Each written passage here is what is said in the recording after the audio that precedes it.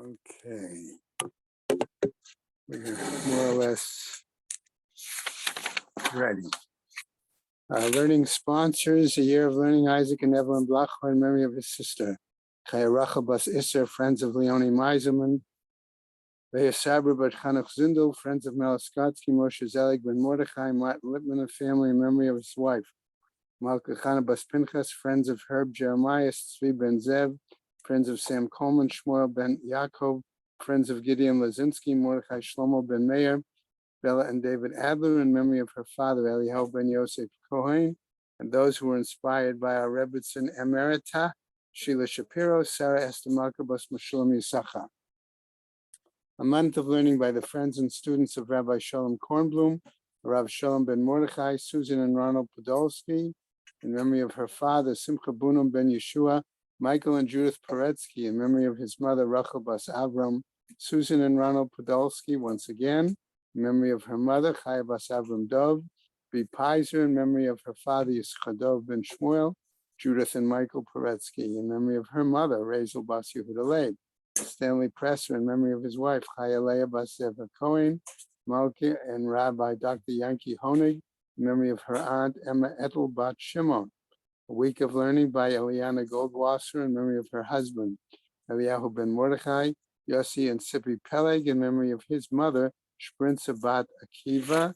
And today is the 14th, and we have no individual days of learning today. Okay.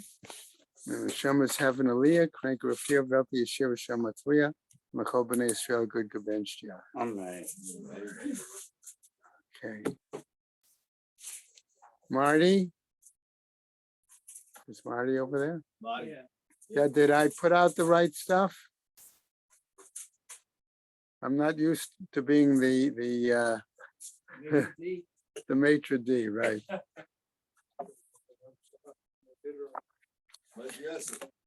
Yeah.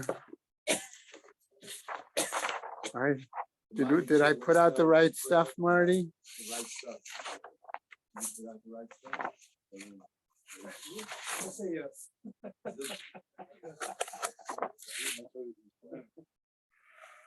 Okay. There are no complaints. All right. We got cookies, you got coffee. If that's all it takes to make some people happy, that's good. Okay. All right. We did not finish yesterday in the daf as far as I would have hoped we would have gotten. Okay. So I'm going to tell you where I would like to start. You tell me if anybody did not get caught up to that point. Okay. All right. If you look on Mem Hey, Amud Beis, and you look in the Tosafot, where it says Matnitin, okay? That's the approximate place that I would like to try to start. Okay, on Mem Daled Amud Beis, okay? Okay. I'm sorry, Mem Hey Amud Beis. Okay, Rashi, okay, is on the inside. If you look where Rashi has Matnitin about 1/3 down the page, okay, that's a better place to start. Okay, where the Rashi starts Matnitin, the big letters there, and opposite that, the Gemara says, okay, Lahodiacha Kocho Shel Rabbi Yehuda, right? So approximately that location is where they more or less left off yesterday. Okay, so the Gemara was asking, okay, why did they have to bring this whole question of putting the grain, the sheaf of grain on top of a friend's or a neighbor's one, right? Why was that the case? Why did it have to bring that as the example for discussion? Okay. Ihachi my area al gabe chavero.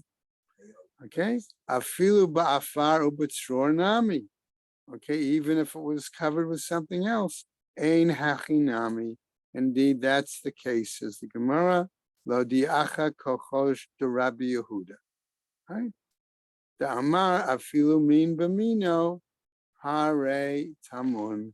Nevertheless, it is still considered hidden. Okay? Right, so that's more or less where we left off yesterday.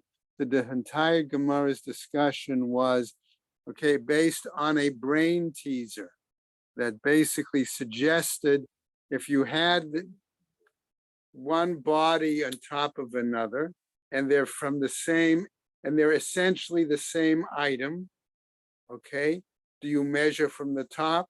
Do you measure from the bottom? Do you measure from both? Do you measure from neither? That's what was the question that was asked to Abaye. Morning, Bob. Okay, and okay, that and the Gemara went through about a half an amud trying to show, okay, is it a question of that they are two separate items, okay, or because one is, so to speak, floating on top of another and hides it, or is this, or the other one doesn't count because it's covered, things like that. So that was the whole point of that shtickle Gemara that the student asked Abaye, who was trying to show that, oh, I got it today. I can be like Ben Azai. I can stand in the shuk, you know, sort of the like a faher when you go to a new congregation and they say, okay, now is the time. Ask the rabbi. Okay, otherwise known as stump the rabbi. Okay. In any case, so that situation is approximately where I'm going to pick up. Okay, there's a new brighter there. All right. Tell me which article page it's on. Okay, I'm going to guess it's about Art Scroll 45B3 or B4. Does that sound right? How many lines down from the top? Okay, how many lines down from the top? I don't know. Okay, it's, as I said, in the Rashi, it says matnitin. Okay, in the regular Gemara, so that would be one. 16 lines down. That sounds good. 1, 2, 3.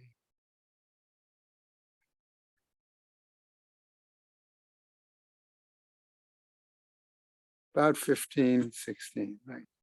Okay, all right. So that's where we're going to start. Okay.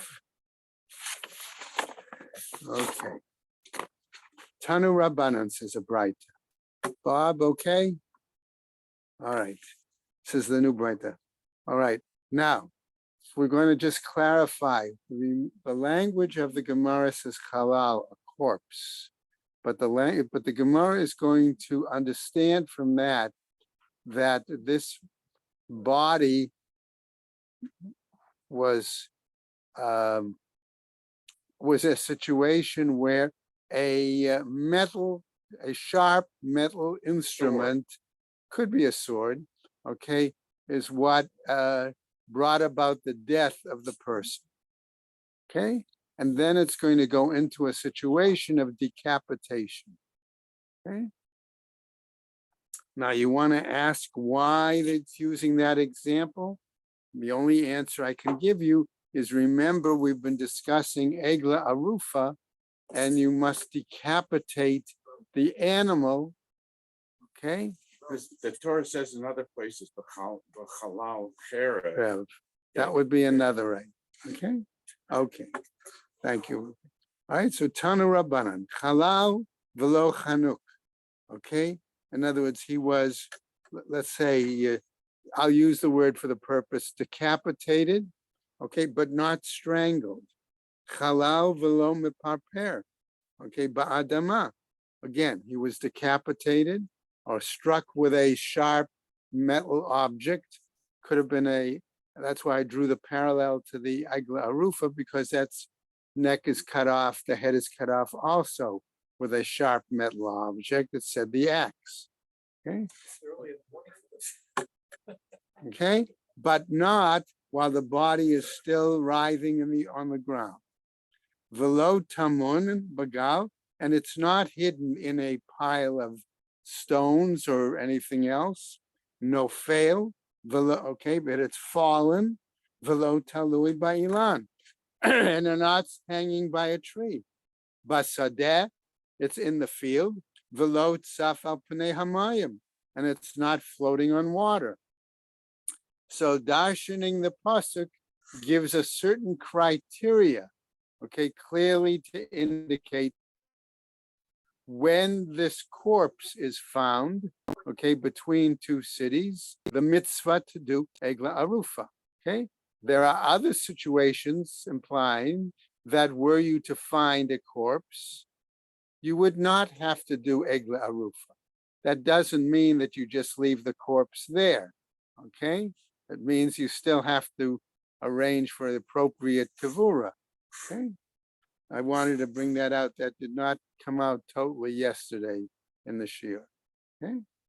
However, what happens? Rabbi Elazar Omer, bikulan, in all of these cases, im hayach halal, if it was a situation where the body had been struck by a metal object, that's the cause of death, or fin, then according to Rabbi Elazar, you do have to do egla arufa. So in other words, what happens if you, okay, just find the body without the head, okay, lying in the sand, and the sand mostly covers it, okay? Rabbi Eliezer would say, yes, in that location, you do have to do egla arufa, even though the body is covered, which would seem to imply that you shouldn't have to do it. Okay? Tanya. And we have a Braita. Amar Rabbi Yossi bar Yehuda. He says as follows. Amrula la Rabbi Eliezer. They said to Rabbi Eliezer, in other words, they're challenging his view. Okay? Iyatamodeh she'im hayachanuk. Don't you acknowledge that if the person had been strangled, umutal ba'ashpa, and he was lying in garbage, she'ein or fin, that they do not require the mitzvah of egla arufa.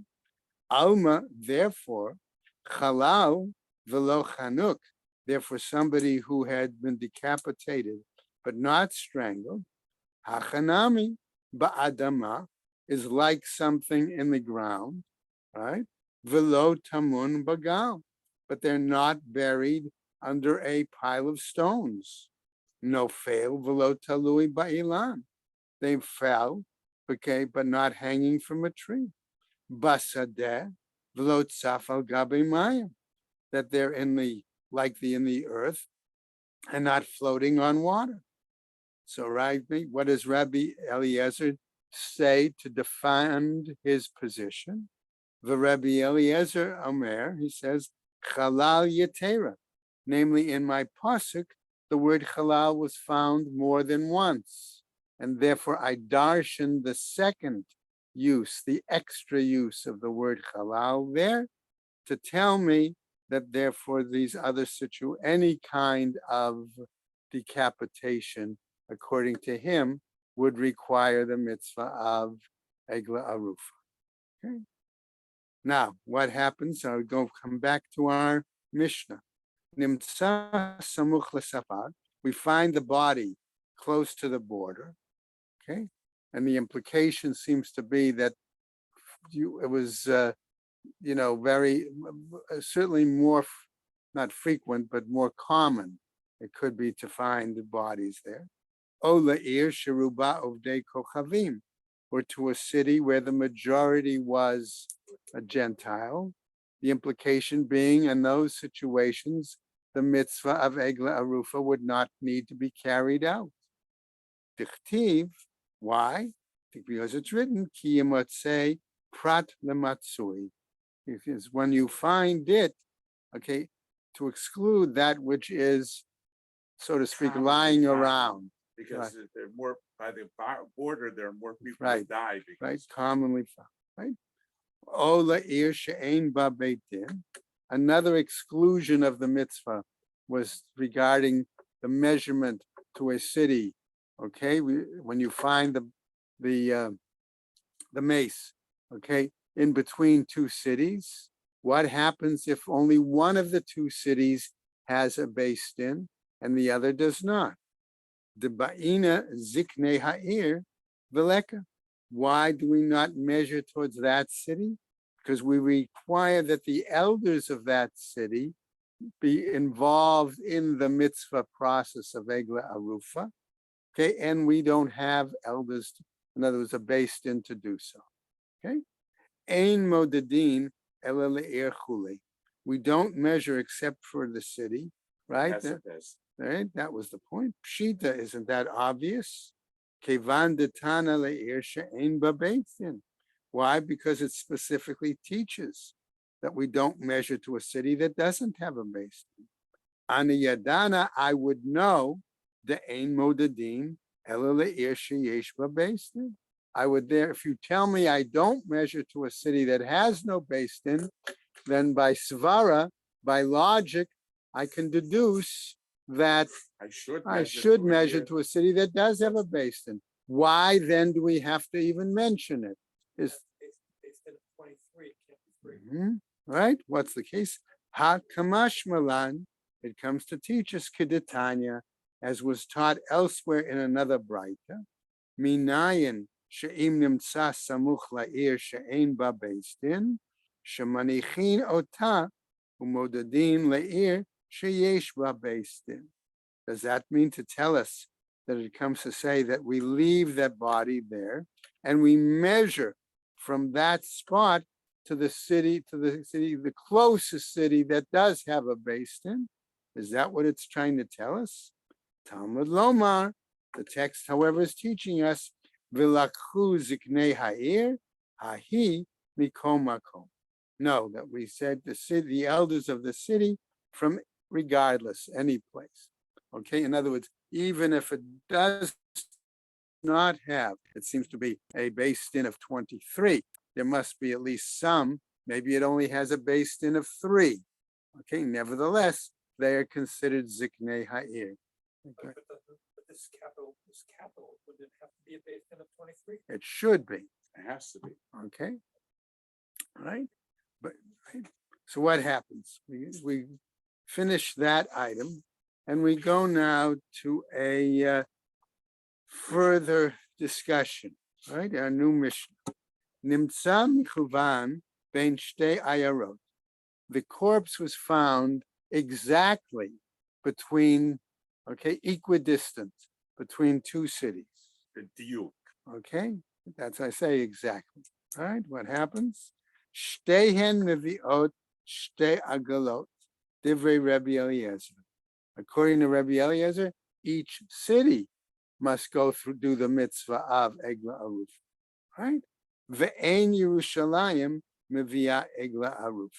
But Jerusalem is excluded from the requirement of doing the mitzvah, or let's say, all right, of Egla Aruf. Why? We're going to see momentarily. Nimtza, okay, let's take another possibility. Nimtza rosho b'makom echad, v'gufo b'makom acher. Okay, how is that possible? If we're taking our example of halal, as Art Scroll wants to point out, of being decapitated, okay, by a sword or some other metal object, okay, right? It's possible the head would roll some distance from the body. In other words, theoretically, the body would fall at a point and the head could roll, right? Okay, we're going to get into a little forensics here now, okay? What happens? Molichin harosh eitzel haguf divrei Rabbi Eliezer. We bring the head up to where the body is, okay? Because we might assume that where the body fell, that was where the decapitation took place. This says, Rabbi Eliezer is saying we bring the head to the body, okay? Divrei Rabbi Eliezer. Rabbi Akiva Omer, he says, Haguf eitzel harosh. Rabbi Akiva disagrees and says you bring the body to the head, right? Okay, So the Gemara then asks, Man hayu modadin. Okay, according to whom or what is the method we then measure? From where? Okay, Right. okay, how do we go about measuring? Okay, Rabbi Eliezer Omer, according says, mitiburo, from the stomach, the belly button. Rabbi Akiva Omer, michotmo, from his nose. Rabbi Eliezer ben Yaakov Omer, he says, why? He gives a different example. Mi makom shene'aseh halal, mitzavaro. Okay, from the place where he became a corpse, or in other words, or where we're translating loosely, he became decapitated. In other words, from his neck. Right? All right. What? We're going to look at that in the Gemara in a moment. Okay, good question, Marty. Because Okay. Chotmo is definitely the head. Right, from the head or the right. So we have three locations. We have the stomach, okay, we have the neck, and we have the head. Okay, and our assumption is already that it's possible that the body fell, assuming for the moment that the person was standing and not on horseback. Okay, that the head was decapitated, the body fell, and the head may have rolled. Okay, all right. That's why I said we're doing forensics. All right. Yes, Erwin. It's not so easy to cut a person's head off. They said before that it was metal. I was thinking they're stabbing the person. Okay. Kill somebody by cutting their head off. I mean, Henry VIII could do that with his wives, but you gotta have an axe. It's not. You can't just unless you have a really good sword and very sharp. Sharp sword, a saber. And you gotta know how to use it. Okay, either a sword, a saber, a battle axe. Yeah, but it's not some robber, hold up man holding you up and doing it. No, it's okay. We assume that right. The point. That's why. By the way, that's another reason that while Ruvain's citation of the pasuk Halal Cherev is a correct citation. That's why I wanted to make the parallel for a moment with the Egla Arufa, because its head was cut off. And remember, it was done from the back.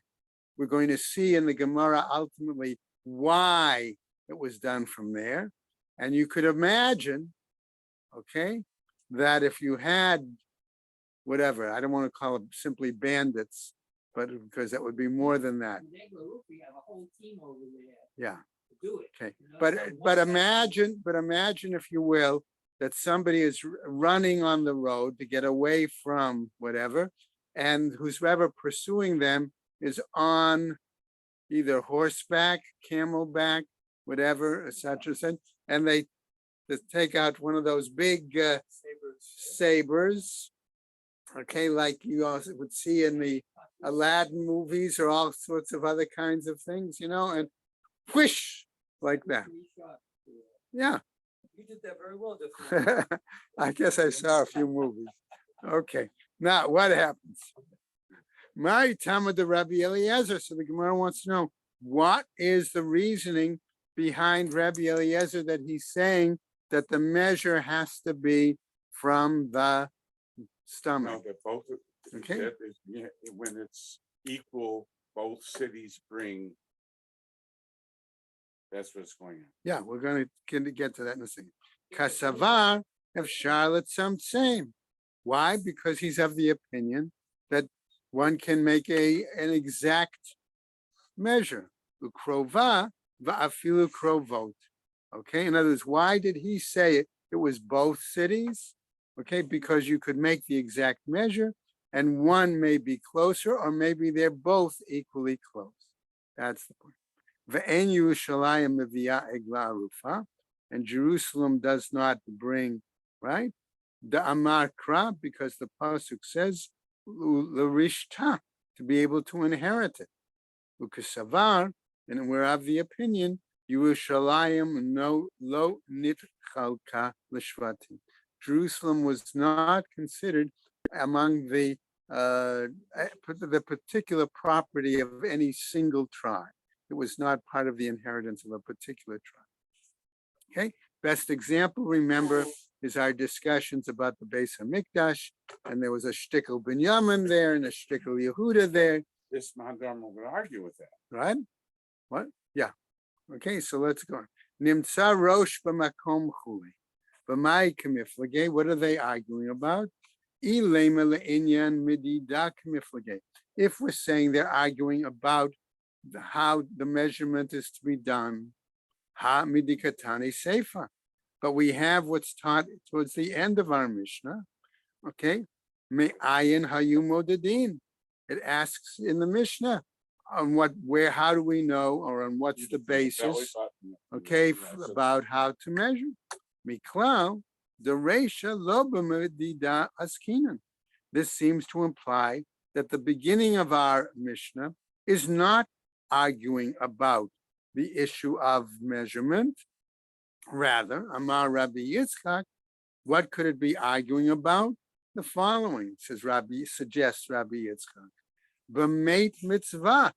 We're talking about a situation of a meit mitzvah. You simply find the body there and there's no one to bury it. And therefore, kana mikomo kamiflige. But whether the meit mitzvah acquires the place where the body is found, and that has to be its spot for burial. That's what they're arguing about. Vahachi kama. And this is what they're saying.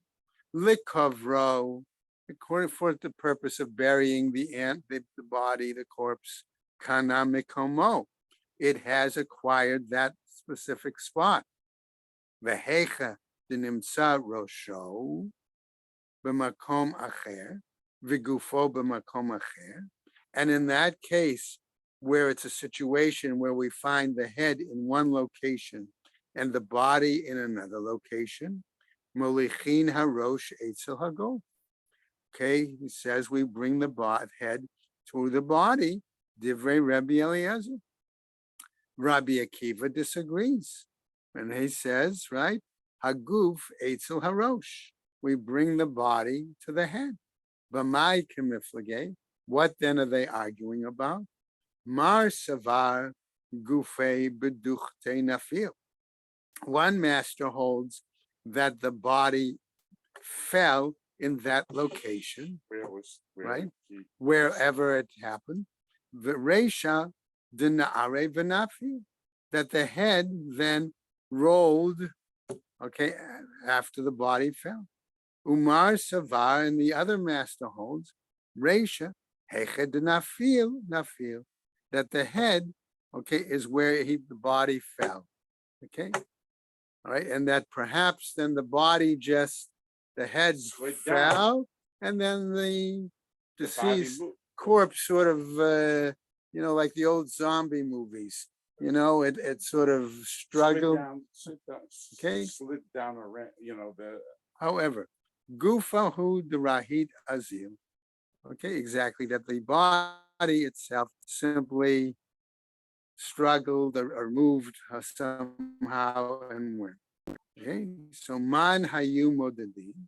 Okay, so according to how do we say to do the measure, but my kamiflage, what then we are arguing about?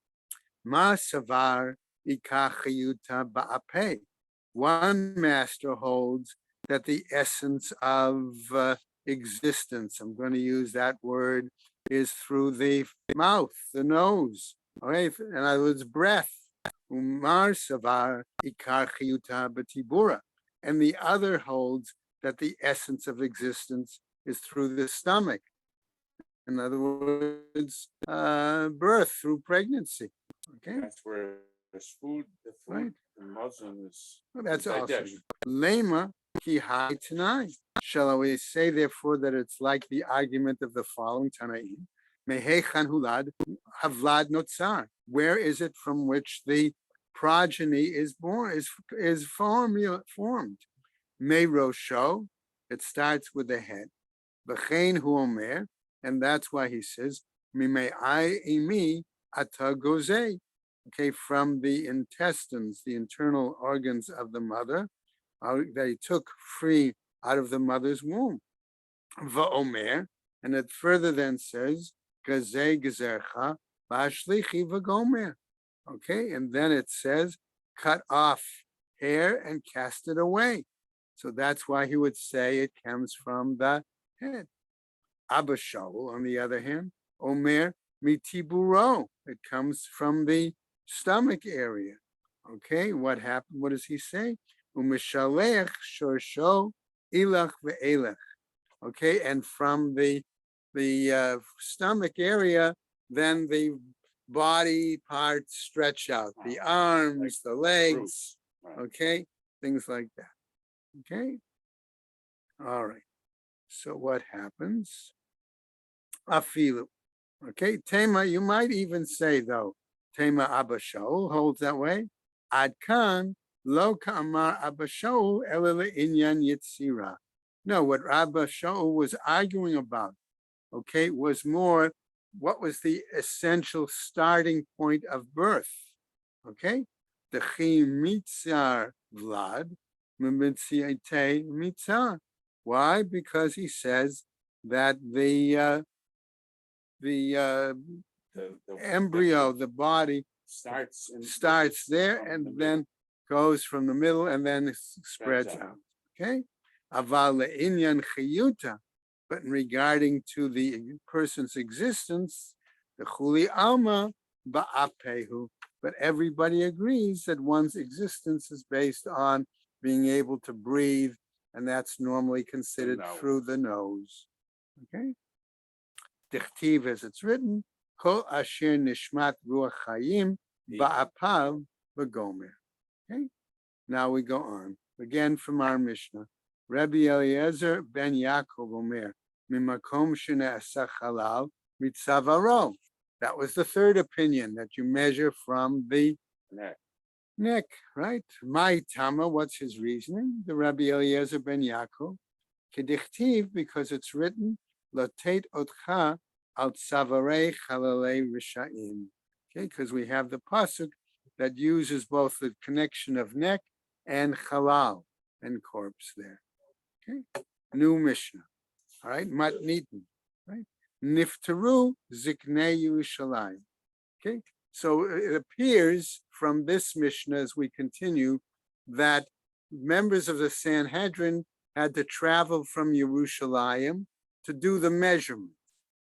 Okay, when they finished clarifying the measurement, they would leave, and then the mitzvah would continue. I'm going to say from the local base then. Okay, so that's how we're moving along in the process, right? So niftaru ziknei Yerushalayim v'alchu lahen, and they left. And now comes ziknei ota ha'ir. Now the elders, the based in of that local city. All right, mevi'in aglat bakar. They bring, right, a young calf, right? Asher lo mashcha ba'ol, that this animal should not have worn any yoke. And the question is going to be, what do we clarify the word yoke, wearing a yoke here? Or do we mean any kind of work? In other words, are we limiting it to that specific or not? Okay. In other words, maybe I use that young calf to carry a pile of straw. Would that be considered work and therefore indicate that that animal is no longer viable for use? That's where the Gemara is headed. Okay? Ve'ein hamum poselba. And we say that if there is any mum, any blemish, it doesn't render the animal invalid for use. Umoridin ota lenachal eitan. And we bring this animal down to a nachal eitan. I'm going to translate nachal eitan here as a dry water bed. Okay? A nachal is considered, according to some, a river, and according to others, nachal is considered simply like a deep valley, okay, stony area. But when you travel in Israel, you can see that there are these dry riverbeds, okay, where the only time, okay, water flows is during the rainy season. And like a flood comes down through that riverbed. What? That's like a wadi. A wadi, exactly. Same location, but at a different time. Okay. It's the same location, but right, because if water is flowing, then they're able to wash, as we're going to see momentarily, from the water there.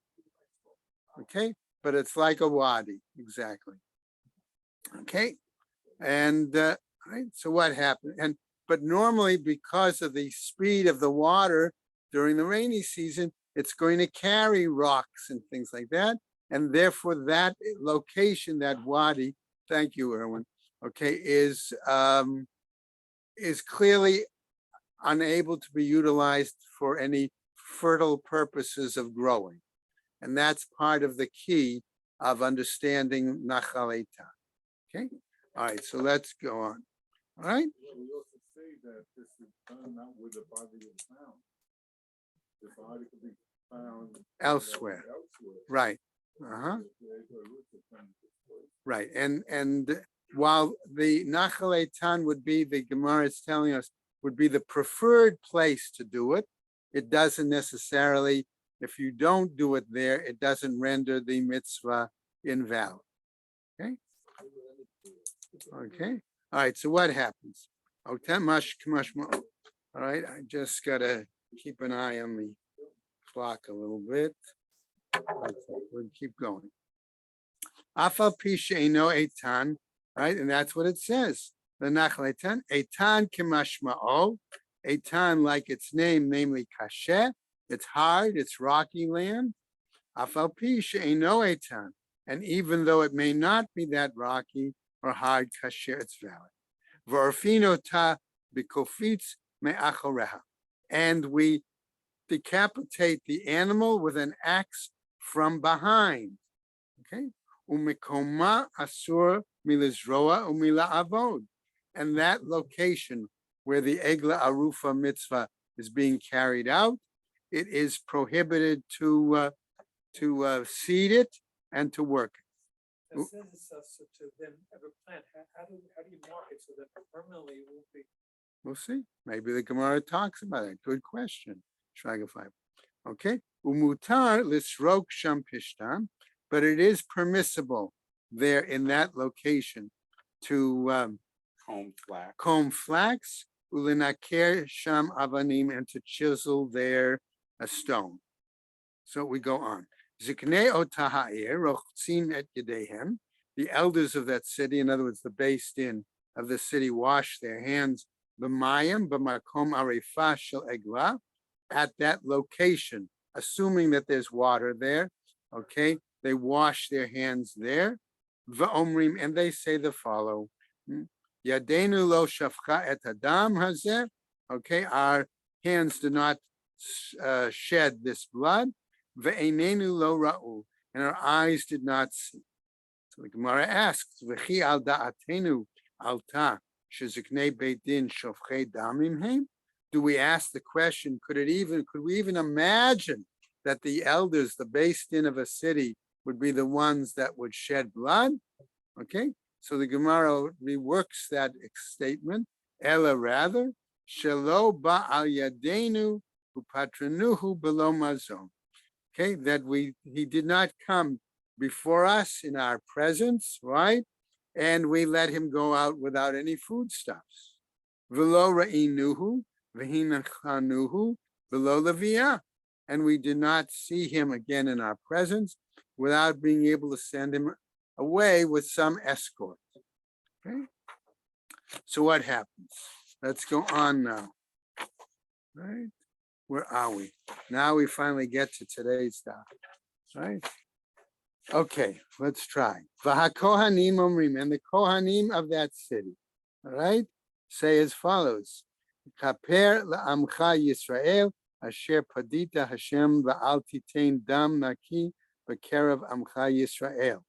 Okay, so it's appropriate that the Kohanim then recite this kapara, this atonement statement, right? just as we know that the Kohen Gadol does it on Yom Kippur.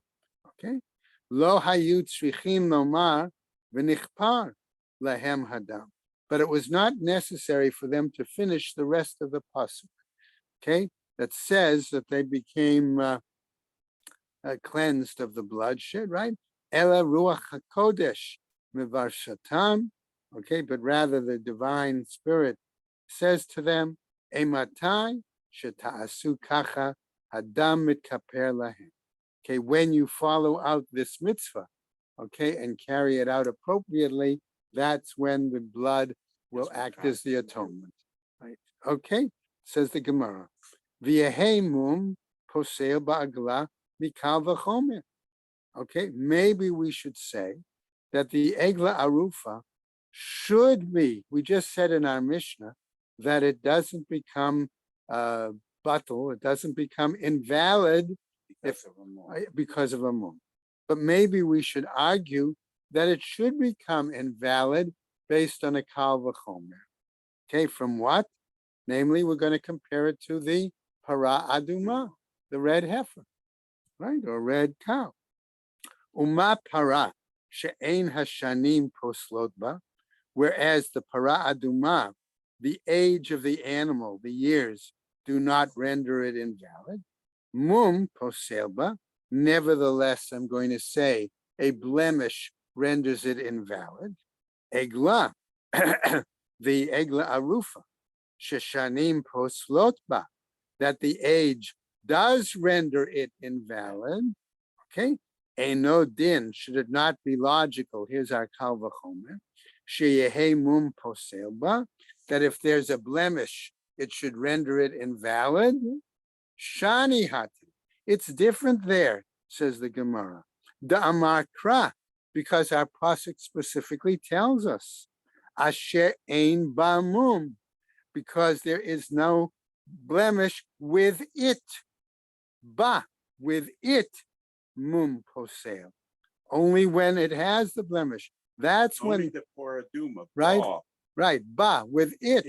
I mean, that's where the blemish renders it invalid. Okay, ve'ein mum posel ba'agla, but there is no blemish that invalidates the egla aruf. Okay, ela me'ata. But from here, what do we know? Lo yiyu sha'ar avodot poslot ba. Maybe we should argue then that other animals that are offerings also, okay, that should not apply to them. Alma, therefore, Amar Rabbi Yehuda, Amar Rav, in the name of Rav, Heniach aleha oda shel sakim. Maybe if we say that we leave on this animal, okay, a bundle of sacks, psula, it renders it invalid. Ba'agala, and in the agala, ad shetim shoch. Okay, and whereas in regards to the egla arufa, it doesn't become invalid until you pull it. Okay, in other words, actually make the animal move carrying something. That would be its definition of work. Whereas the para aduma, simply putting something on top of it, okay, would be a definition of work for it. Okay, that's the question. So the Gemara tells us, Shani para, with regards to the para aduma, I'm going to be mafrich my kal v'chomer. There it's different. Why? The alfinan ol, because we learn a gezerah shava based on the common word ol, right? Me'agla, from the egla arufa. Egla nami titi ol mipara. But I could learn that gezerah shava in the opposite direction as well, okay, from egla arufa to the para. Namely, but what happens? I can't do that, says the Gemara. Why? Ha mi eit rachmana ba. Why? Because the Torah text uses the word with it, which limits it only to the para aduma. That's the point. Okay. So what happens? Be'egla nami kativ ba.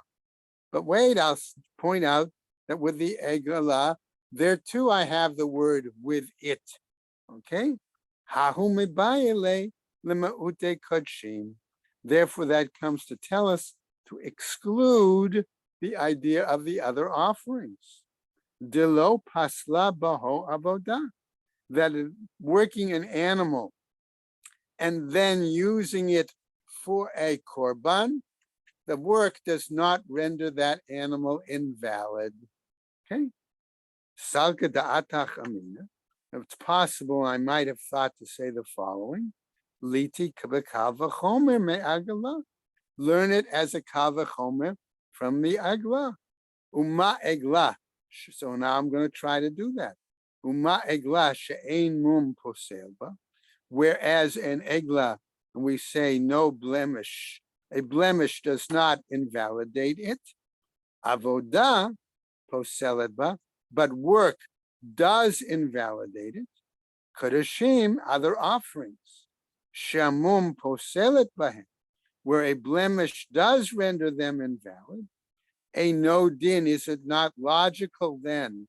She'avodah poselet ba, that work should invalidate them?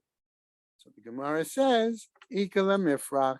No, we can challenge and take down that kal v'chomer, because we can say as follows: Ma le'egla shekain shanim poslod ba. Whereas age regarding the egla does render it invalid. Okay, atu kadoshim. Then we come to kodshim, other offerings. Mi leka de pasle baho shanim, where there is no situation where they become invalidated based on age, but we've got a problem with that. Ki itzarich kra. But why then? But we do need a pasuk. Why? Because we do have an example actually of a real korban that can be invalid based on age. That's the korban pesach. Okay? So we do have that example. So therefore, ki itzarich kra. So therefore, we do need a pasuk. Lahanach kodshim, regarding those offerings, the paslaba hoshanim, where it is possible that they do become invalid based on age, like the example I just said of the korban pesach. Kodshim and other offerings, the lo paslaba ho avoda, and the fact that we say that work, an animal, doesn't invalidate it from being an offering. Mehacha nafka, from where does it come from? Okay, mehatam nafka, from here. Okay, or actually from there it comes, namely another pasuk that says, okay, iveret, o shavur, o charutz, o yavelet, o gerev, o yalefet. Okay, those are illnesses, blind, broken, etc., etc. Okay, those are things that are blemishes that for which there is no remedy. Okay, in those cases, what happens? Lo takrivu la ela lashem, that you cannot use those animals for offerings. Ela, rather, iatamakri, that fact that you cannot offer. Aval atamakriv kodashim shina avda bahen avodah, but you may offer animals in which those animals have been worked. So the Gemara now picks up, itzarich. I need that pasuk to clarify that. Why? Salka atachamina. It's possible I might have said, hani mili, heched avad bahen avodat heter. Maybe we were talking about that these animals were only utilized for permissible kinds of work. For example, the animal wasn't worked on Shabbos. Okay? Aval avodat isur, but work that is not permissible, like on Shabbos. Ema litzro tzricha. I might say there it's forbidden. Therefore, the pasuk was needed. Vahanami mehachanafkin. And this we can also learn from another source, says the Gemara. Umiyad ben nechar Lo takrivu et lechem Elohechem mikol ele. Okay, the Gentile cannot bring an animal, okay, as an offering from among these. Ele, these, iatam you're not able to offer as a korban. Aval atam akriv, kadoshim shenevda behen avodah. But you are able to bring offerings from animals that were utilized for work. Okay, itztarich. Okay, again, I need that. Why? Because it's possible I might say, Hani mili, avad behen k'shehen chulin. Maybe we're talking about a situation where the animal was unconsecrated. Avad behem k'shehen kadoshim. But if they utilize the animal for work after it had become sacred, consecrated, right? Ema litzor, ema litzro. Maybe I would say that it should be forbidden. Tzricha, and therefore we needed the pasuk. Okay, everybody with me, all right? Okay, Gufa. Let's go on now back to something we saw earlier in the text. Amar Rav Yehuda Amar Rav says as follows. Hiniach aleha oda shel sak psula. If they placed on the animal, on the paraduma. okay, a bundle of bags, okay, that animal is invalid. We're talking about The para adum, right? Okay, uba egla. Whereas, okay, and that's how we know that the earliest statement was para aduma. Whereas in regards to the egla arufa, ad shetim shoch, until you actually pull it, right? Meitive. But we have a challenge to this. Oh, we said the yoke, ein li ela oh. I have the word yoke. What does that mean? Sha'ar avodot minayin. How do I know then that other kinds of work would prohibit the para? Amrat kavachomer. Here you said I could learn it based on a kavachomer. Uma egla she'ein mum poselba. Whereas the egla, a blemish, does not invalidate it. Shar avodot poslotba. Other kinds of work would invalidate it. Para, okay, the para shemum poselba, where the blemish is going to invalidate it. A no din, is it not logical then? Sheshar avodot poslinba, that other kinds of work would also invalidate it? Question mark. V'im nafshecha lomar. And if you then want to go on and say the following, no markan o, we say in one example of the para aduma o, v'nemar lahalan o, and elsewhere in the Egalah we also use the word o. Ma lahalan sha'ar avodot poslodba, whereas in one case other kinds of work, right, will render it invalid.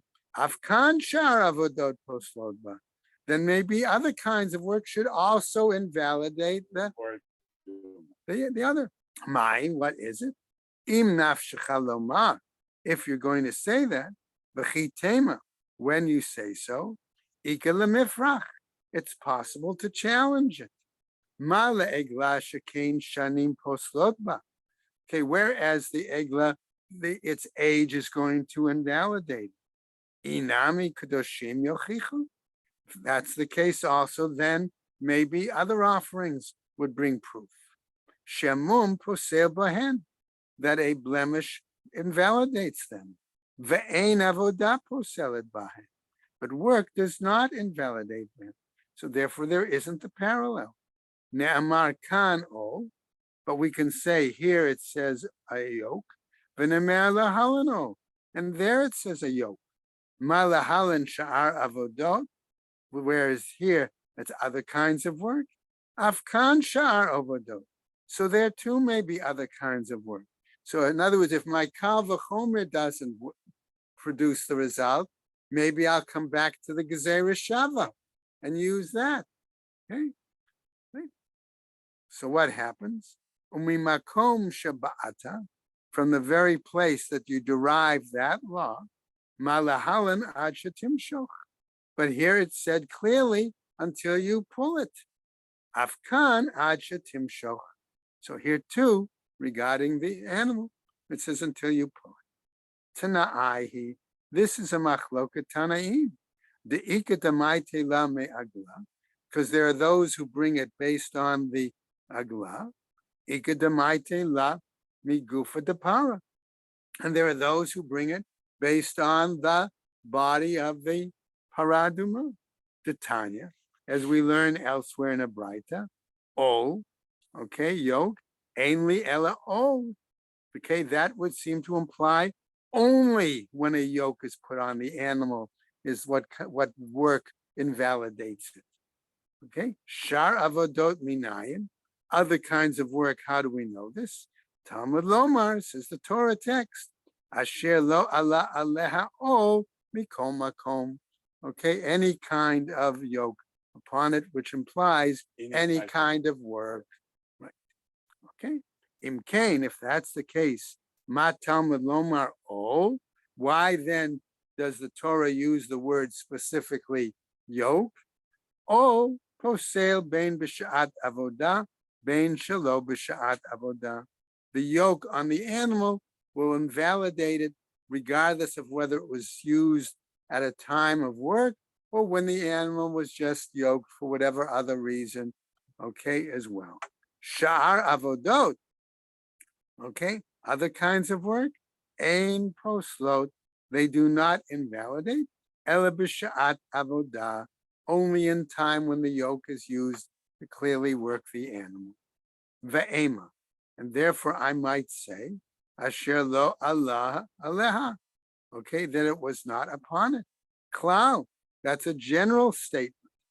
O, the reference to yoke, prat, is a particular. Klal uprat, when we have a generalization and a particular, ein beklal ela mashe prat. Okay, we limit it only to what was specified in the particular. Okay. Oh, yes, that would then tell us in another way that would be when the animal is prohibited. Midei achrina, any other thing, lo, that's not the case. But we have in the pasuk, it says, asher Allah, okay, which, and which then is a clarifier. Ribuyehu, that's what makes it included. Other kinds of work. Vitanya Nami. And we have another Braita that also teaches Gabe Egla, regarding the Egla, Kihai Gavna, in a similar situation. All the yoke, ainly Ella all. I only have the specific of the yoke. Sha'ar Avodot Minayin, other kinds of work. What's the basis? Talmud Lomar, the Torah says, Asher lo oved ba, which you do not work with. Mikol makom, in any case. Imkain, if that's the situation. Ma Talmud Lomar o, why again do we have the word yoke there? O posel bein b'shad avodah, bein shelo b'shad avodah. The yoke renders it invalid whether it's during a time of work or not during a time of work. Sha'ar avodot, the other kinds of work, ein poslot ela b'shat avodah. It only invalidates during the appropriate time of work. Ve'ema, and therefore I might say, asher lo oved ba, where it says that you can't work, which cannot be used for work. Klal, that's a generalization. O, again, the yoke, prat, it's a specification. Klal uprat, again, so I've now used a third method to try to bring out my example, of rabbinic interpretation. Ein beklal elamashe b'prat. We say again that the generalization is limited to the specific. Oh, yes, a yoke, yes. Midei achrina lo, something other kind of work, no. Asher, but we have the word asher, ribuyahu. Again, that clarifies and that says which, in other words, it includes others. Amar Rabbi Abahu now, ba'e mine mi Rabbi Yochanan. So Rabbi Abahu asks the following shaila to Rabbi Yochanan as follows: Mishichat ol bekama. Okay, when we say that you have to pull the egla when it's wearing this yoke, Yoke. how far do you have to pull it to say that that's equivalent to work to invalidate the animal, right? Amarle kimlo o. He said his answer was to the size of the yoke. Okay, so he asked him, le'arko or le'rachbo. Are we talking about the length of the yoke or the width of the yoke? Amar lahu, he said to him, hahu mi rabbanan. Okay, that is based on the statement of the rabbi. V'Rabbi Yaakov Shmei. Okay, lididi mefarshali minei de Rabbi Yochanan. And Rabbi Yaakov said, it was personally explained to me by Rabbi Yochanan. Mishichat ol lerachbo. It's the pulling of the animal enough for the width of the yoke, which was tefach. Okay, velema tefach. So let the text say, why didn't he simply say tefach and give an exact amount, right? Kamashmala comes to teach us shiura da'ol tefach havli. It comes to tell us that the width of a usable yoke is a tefach, right? So the Gemara asks, Lamai nafkamina. So what's the result? What's the basic answer? Lamekach umemkar, for purchase, buying, and selling. In other words, if you're get a going, yoke that's less than a tefach, it's not going to be strong enough, okay, or usable enough for the animal. Okay. Amar Rabbi Yochanan ben Shaul says as follows. Neima Amra Torah. Okay. So from what did the Torah say? Hevi egla benachal, to bring the animal to this nachal, to this wadi. Amar Kadosh Baruch Hu Yavo davar shelo asa perot, that they should bring an item, an animal that has not had any fruit, any progeny. Via arof b'makom she'ein oseh perot, and they should decapitate it in a place where there is not a possibility for fruit to grow. V'yichaper al mi shelo hinicho la'asot perot, and therefore it should atone over one who is not able to produce fruit. Because now this person is Because they're dead. Yeah, he's dead. He can't Okay. produce. Right? So what do we mean by perot? What do we mean by fruit here? Ilema piria urivia. If we're really talking about producing progeny, elemeata. If that's the case, then at this point I might say azakein va'asaris, and regarding an elderly person or a eunuch, hachanami de lo arfinan, that there too, since neither of them would be able to produce progeny, therefore you shouldn't have to do the mitzvah of egla arufa. Ela, rather, he says, mitzvot, that perot here means the person is not able to do any further mitzvot. Okay, and now we're going to go on a little bit further. Umoridino ta el nachal etan, and we say we bring them down to the nachal, the wadi of etan. Etan kimashma'o, etan implying kasher, that it's very hard. Tanu Rabbanan, says a new bright. Minayin le'etan shahu kasher. How do we know that the word etan means that it's hard? Okay.